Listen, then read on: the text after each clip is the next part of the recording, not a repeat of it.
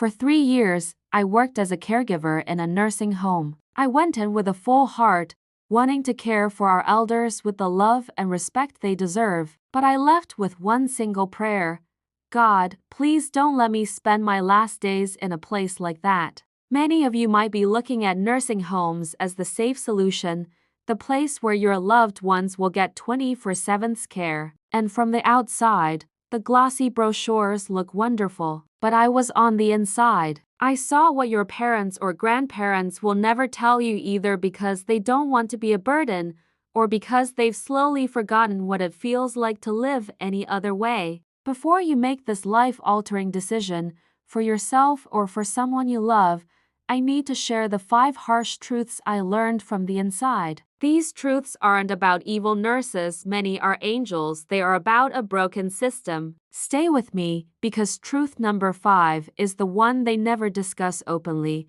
and it changes everything. Truth number 1. Independence is the first casualty of efficiency. Out in the world, you decide when you're hungry. Inside, the dinner bell decides for you. Out there, you choose a morning or an evening shower. Inside, you shower when there's a slot in the schedule and a staff member available. I remember a gentleman, let's call him Mr. Henderson. All his life, he was a night owl who loved to read late and wake up late. But in the home, it was lights out at p.m., and he was woken at m for a breakfast. His medication made him too nauseous to eat. It's the rules, we had to say. We called it routine or schedule, but the reality is, it was efficiency. It's easier and cheaper to feed, bathe, and medicate 50 people on a rigid schedule than it is to treat them as 50 unique individuals. The system isn't designed for personal autonomy. It's designed for operational ease. And in the process, the spark of individuality that makes a person who they are is slowly, systematically extinguished. Truth number 2. The loneliness is an epidemic. Families promise they'll visit often, and in the beginning, they do. But as staff, we saw the reality after the first month. We saw the chairs in the common room filled with residents all staring at the front door, hoping today would be their day. Most days, it wasn't. The most painful part was seeing the phones in their rooms that rarely rang. I once helped a woman, Mrs. Gable, who was constantly holding a framed photo of her grandson. She would tell me, "He's probably just busy with his career. He's a good boy." My heart broke a little every time. Loneliness in a nursing home isn't just a feeling of sadness. It's a physical presence. You can feel it in the quiet hallways. The residents may be surrounded by people, but they are profoundly alone. And no amount of medical care can heal a soul that feels forgotten by the world. If you've ever worried about a loved one feeling this way, let me know in the comments by typing "We remember." Let's remind each other that they are not forgotten. Truth number 3.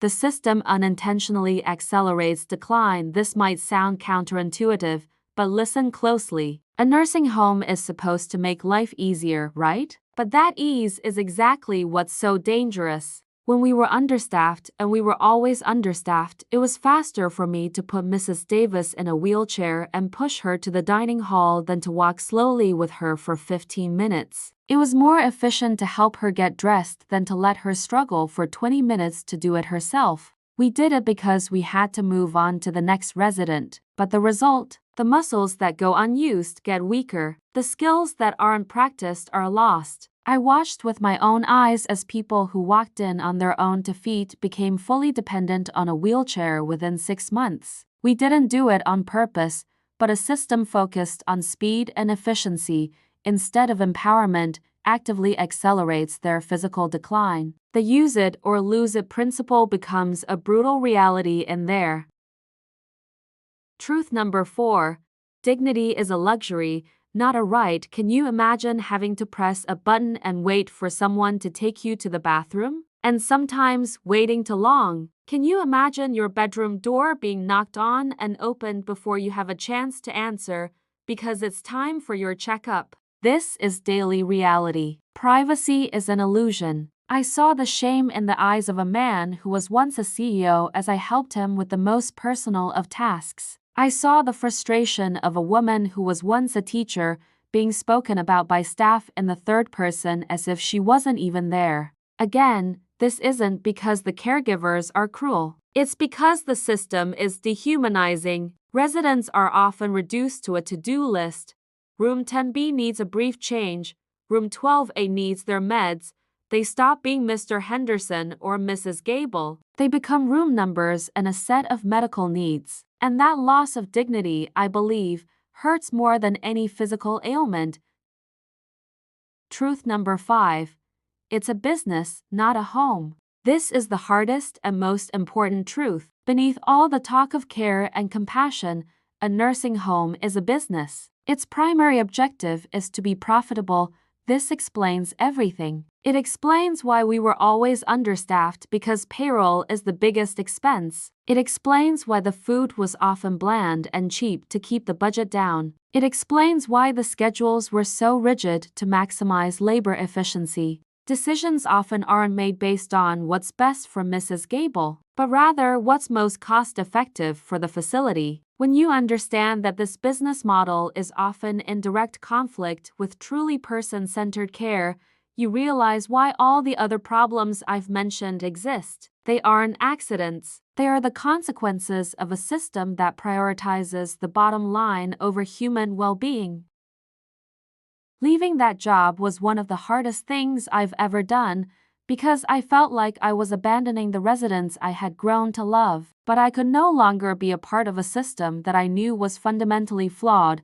Are all nursing homes bad? Perhaps not. Are all caregivers unfeeling? Absolutely not. Many are unsung heroes working under impossible conditions. But the system, the very foundation, is often broken. So when I pray that I never end up there, it's not because I'm afraid of getting old. I'm afraid of losing the very essence of who I am, my independence, my purpose, my dignity in the name of a care that values efficiency over humanity.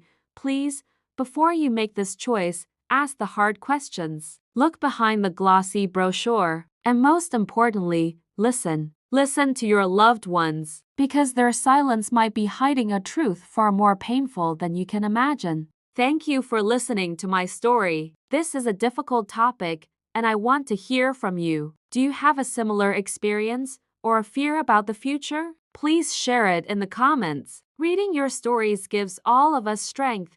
If this video opened your eyes, please give it a like, subscribe, and share it with someone who needs to hear this. Your support helps voices like mine get heard. Thank you for watching.